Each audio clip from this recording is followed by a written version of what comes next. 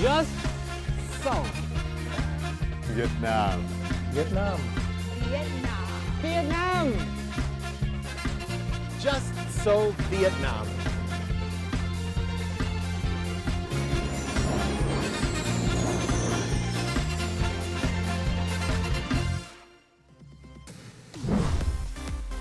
In this edition of Just So Vietnam, let's find out more about the beer drinking culture in Vietnam. We then discover the unique lifestyle of the people living in Ben Tre province.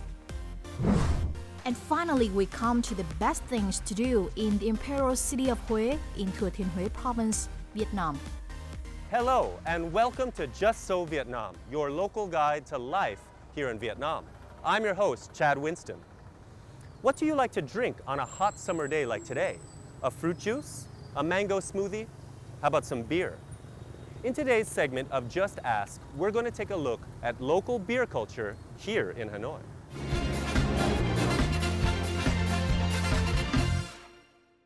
Many of you may already know about the famous Beer Hoi of Vietnam, the sight of people huddled together drinking, often on plastic chairs, is unique to Vietnam. Have you ever wondered about the experience of drinking Beer Hoi? Let's find out more with Just Ask.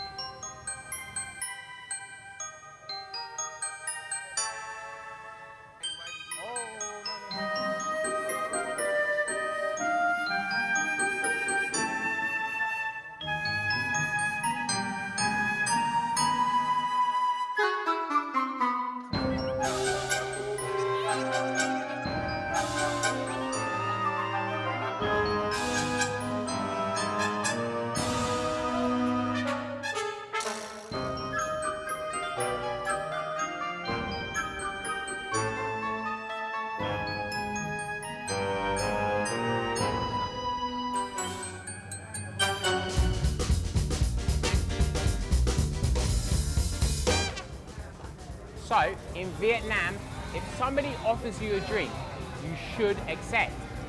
After that, to be respectful, you should invite them to have another drink with you.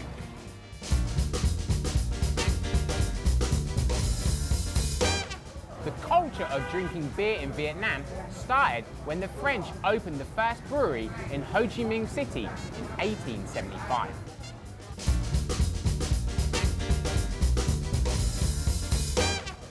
For local people, there are two main purposes for going to the Beer Hoi place. The first is for relaxing and the second is for business. With its relaxed feel and its delicious food, the Beer Hoi joint is the perfect place to discuss and exchange information which may be difficult to share in the working place. With its open and comfortable space, it's the perfect place to relax with friends. It helps that the price is so cheap. One beer is only 12,000 Vietnam dong, around 50 cents, and sometimes the price is even less.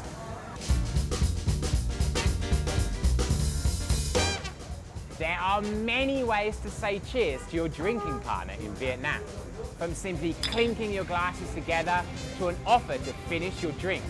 Oh, and who can forget the exhilarating drinking chant of the Beer Hoi stall?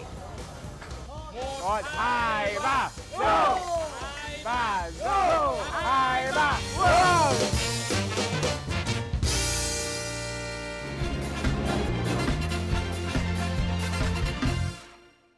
The Mekong Delta owes its beauty not only to fresh air, blue skies, and sunshine, but also the frenetic and exciting lifestyle of its people. With a livelihood derived from an abundance in nature, the lifestyle along the Mekong Delta has a rustic appeal, yet also a dynamic and exotic beauty. In this episode's segment of Just Try, we will follow our guest, Joansa Dobson, to discover the unique lifestyle of the people living along the Ham Luang River in Ben Tre province.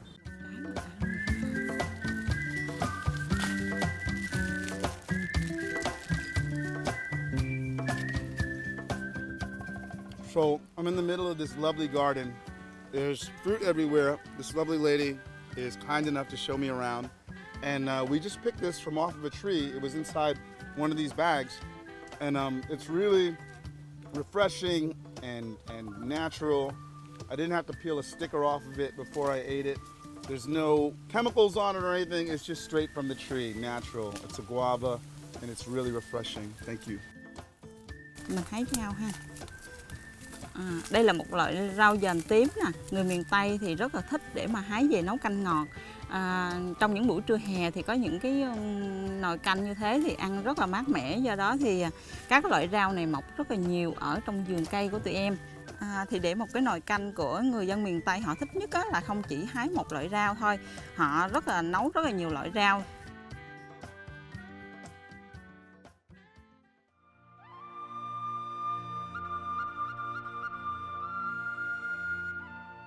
So right now we have all of our ingredients for our next meal. These were all caught and found right here in the area. Right here we have some small fish that were caught in the Bai Lai River, as well as some shrimp caught in the same river. This is some tapioca starch. We have some oil in here. Right here we have some fried onions. There are sweet potatoes, which were shredded and dried, as well as salt, sugar, and right here we have a mix of vegetables that were caught in the gardens in the area. Now, these vegetables are not always in season at the same time, so what they do is they take a mix of all the vegetables that are in season, and it's called Thue Thien. Chị ơi, bây giờ làm gì? Bây giờ thì trước tiên mình sẽ làm cái món là cá lòng tông chiên bột.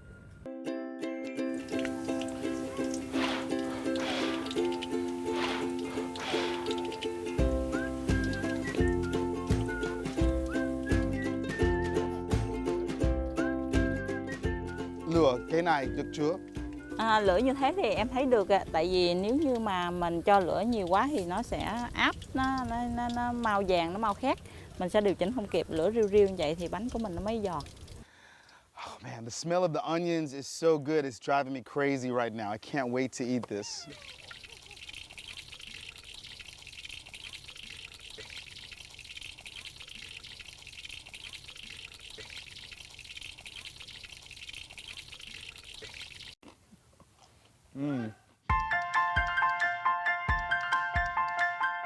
So now we are moving on to the second course of our meal. It's going to be a soup, and while the water's boiling, we're getting ready to throw in some of the Thue Thien, the mixed veggies, and I'm actually smashing up the shrimp in where I'm from, we call this a pilon, and we usually use it for garlic. So I'm smashing up the shrimp so we can throw it in there for flavor.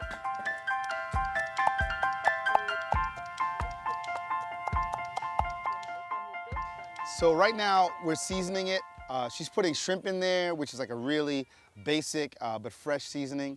Also, she put some sugar in there as well. In the south of Vietnam, the food tends to be a little bit sweet, and also some salt for obvious reasons.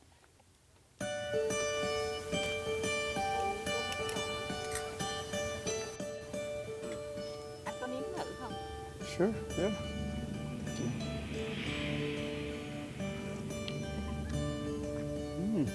Pretty good.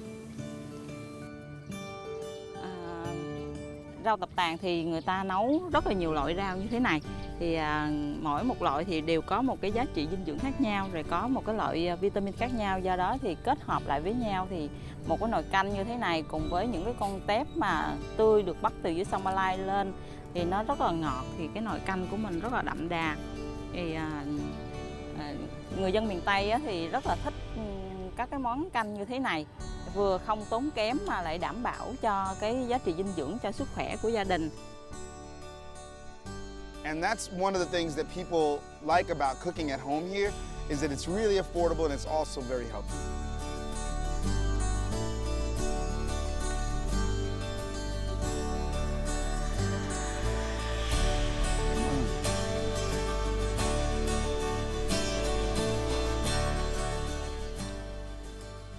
It tastes like a garden with shrimp in it. Really fresh and tasty. Here's a piece of shrimp.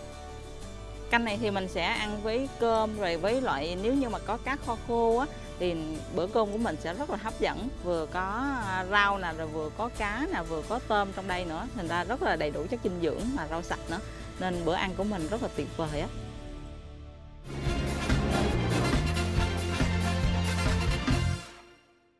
And now we turn to one of the top destinations among travelers coming to Vietnam, Hue City. Hue is located in central Vietnam. Between 1802 and 1945, Vietnam was under the rule of the Nguyen dynasty, a powerful family who established its capital in the city of Hue for more than 100 years. They would become the last ruling family of this sort in Vietnam, but since the Nguyen dynasty has been based here for so long, Hue is still often referred to as Vietnam's imperial city. For its historical significance and natural beauty, Hue City is always one of the must-see destinations recommended for travelers coming to Vietnam. And here are some things that they suggest you can do when you arrive in this historic city. Hue's imperial citadel is the main attraction of the former royal capital. Despite being severely damaged during the wars of the 20th century, the citadel remains Hue's most popular and most important historical site. The citadel is downtown and can easily be reached by bicycle, cyclo, motorcycle taxi or seom, or on foot. The citadel is large, mainly uncovered, and can be crowded and very hot. Early mornings and late afternoon are most pleasant, least busy, and most picturesque. Since Hue was the imperial capital for well over a century, many of the former emperors have elaborate tombs dedicated to them there. Most are located along the Perfume River south of Hue, and you can make a full day of it by exploring tombs if that's your thing. Popular tombs to see in Hue include the tombs of Thu Duc, Khai Dinh, and Minh Mang. Overlooking the Perfume River, the Thien Hue Pagoda with its 7-tier tower has become the symbol of the city of Hue. The complex dates all the way back to the early 1600s. The current tower dates to the mid-1800s. Visit early in the morning to beat the crowds. If you only do one thing in Hue beyond the citadel and tombs, go on a countryside cycling tour. It will give you a different perspective on a new place. You will find yourself riding through the rice paddies, visiting a countryside market, or having lunch at a local family's home. In a sense, you will see the real Vietnam. We've reached the end of our program. If you like what you see, don't forget to leave a comment on our fan page, VTV World, or our YouTube channel. Thank you for joining us. Until next time.